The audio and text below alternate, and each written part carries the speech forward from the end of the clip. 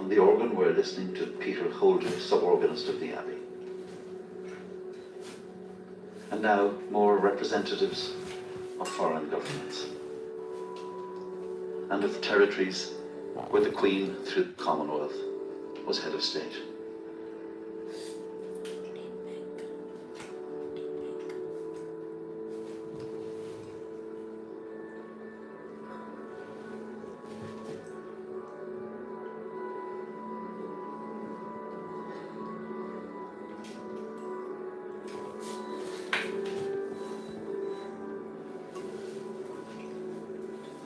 The music today will include pieces specially commissioned for the service, as well as hymns sung at both the Queen's coronation and at her wedding service at Westminster Abbey.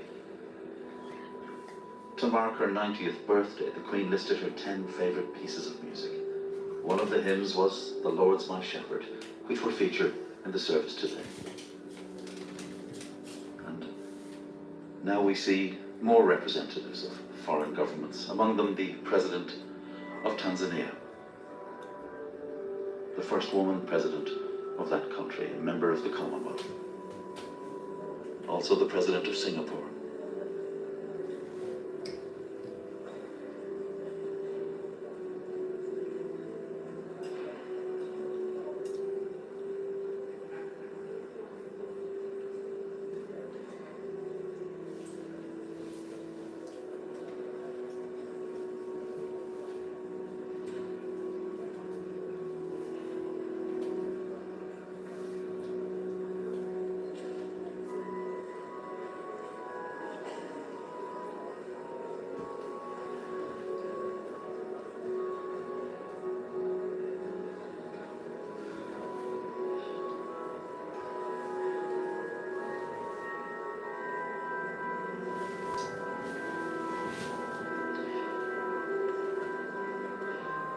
There is, of course, much rank,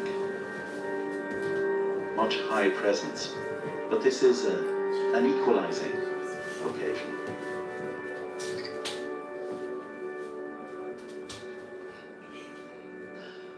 Now, approaching the gate are the ladies of the Queen's household.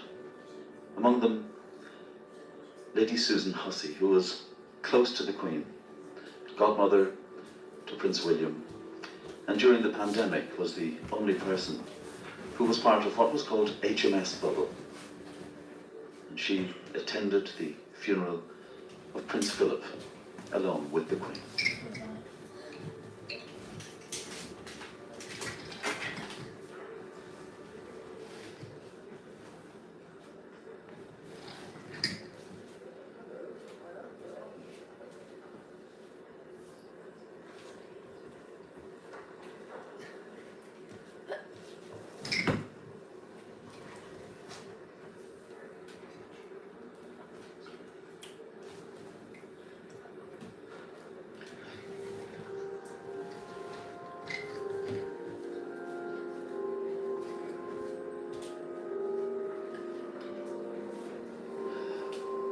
President Macron of France, who said he had come to, as he put it, partage, to share the pain of the people of Britain. The Queen's fondness for France was evident in the fact that she spoke French, having learnt it as a child.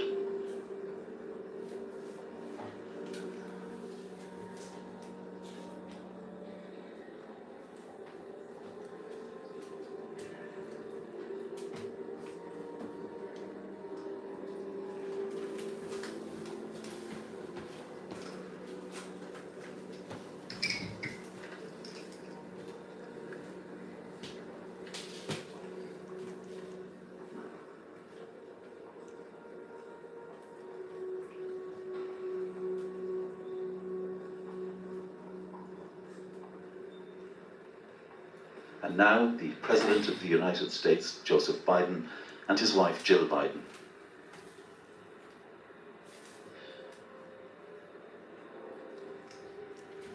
The Queen last met the Bidens in June last year when she invited them for afternoon tea at Windsor.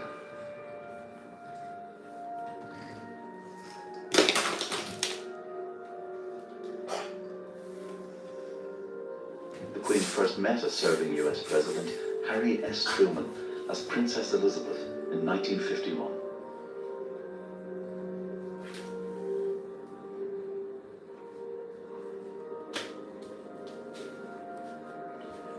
She met 13 of the last 14 US leaders during her reign, all except for Lyndon B. Johnson.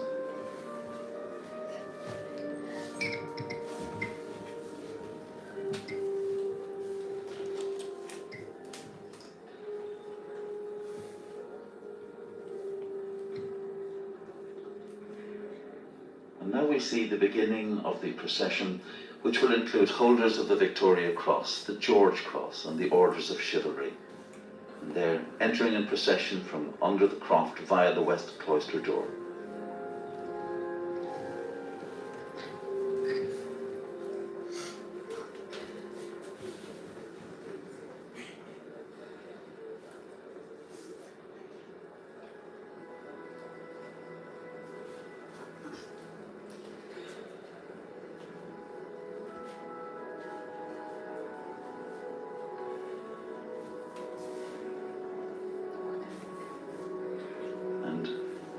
Leading the procession there, Captain David Lilly, whom I met in Iraq in 2003 during the conflict there.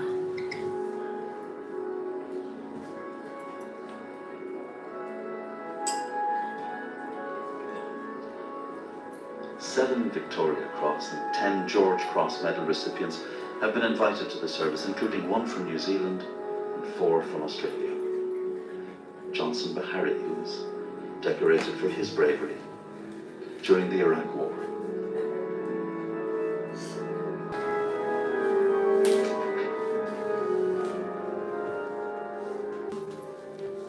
Of the brave.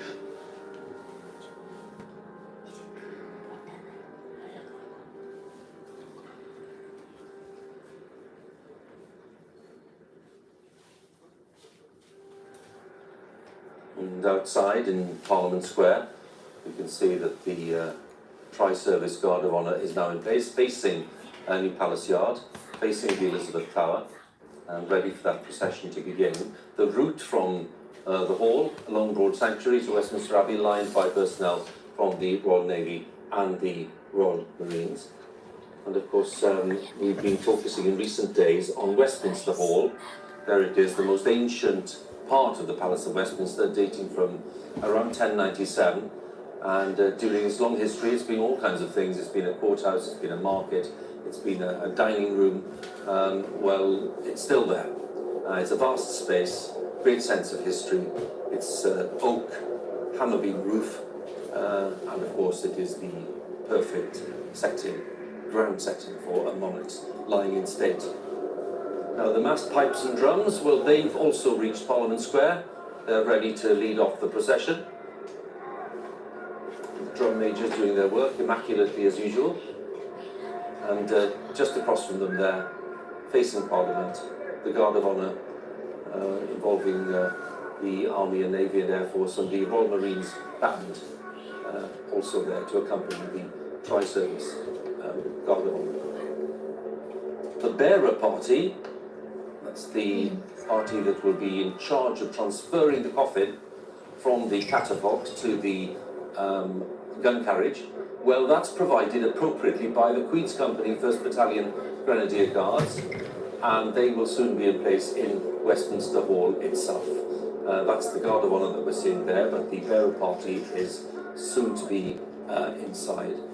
And of course, very appropriate that when we see the Queen's Company, we just think about the fact that its strong bond with Her Majesty is underlined today, because of course the company commander, the Queen's Company, was Her Majesty the Queen. So it's a special day for the regiment, no question about that, and an even more special day for the Queen's Company.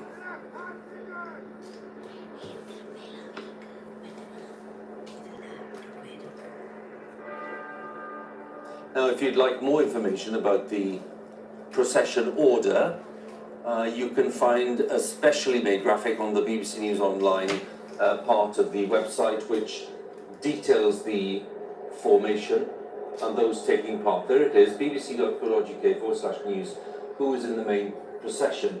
And just for me to say this to you, to all of you watching, because this is, I think it's quite an important thing for me to share at this point. These processions are very solemn events. We're talking about a state funeral. So the reason we're giving you all of that information online, especially to do with individuals, is because we don't really think it's appropriate to talk over lots of these processions. And I hope that you understand why we're saying that. So if people want to see individuals named who are taking part, well then it's available for you online.